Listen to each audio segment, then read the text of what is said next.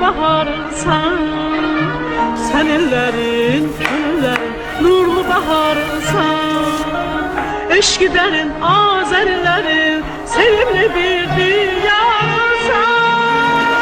Cənnətimi qarama, zinətimi qarama, nəğmələr gülistansan, sevgi dastansan. Cənnətimi qarama,